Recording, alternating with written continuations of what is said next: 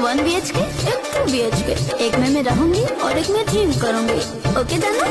भाग दही सोनावा के सेट चाहिए, पटना में दूध को फलहट चाहिए।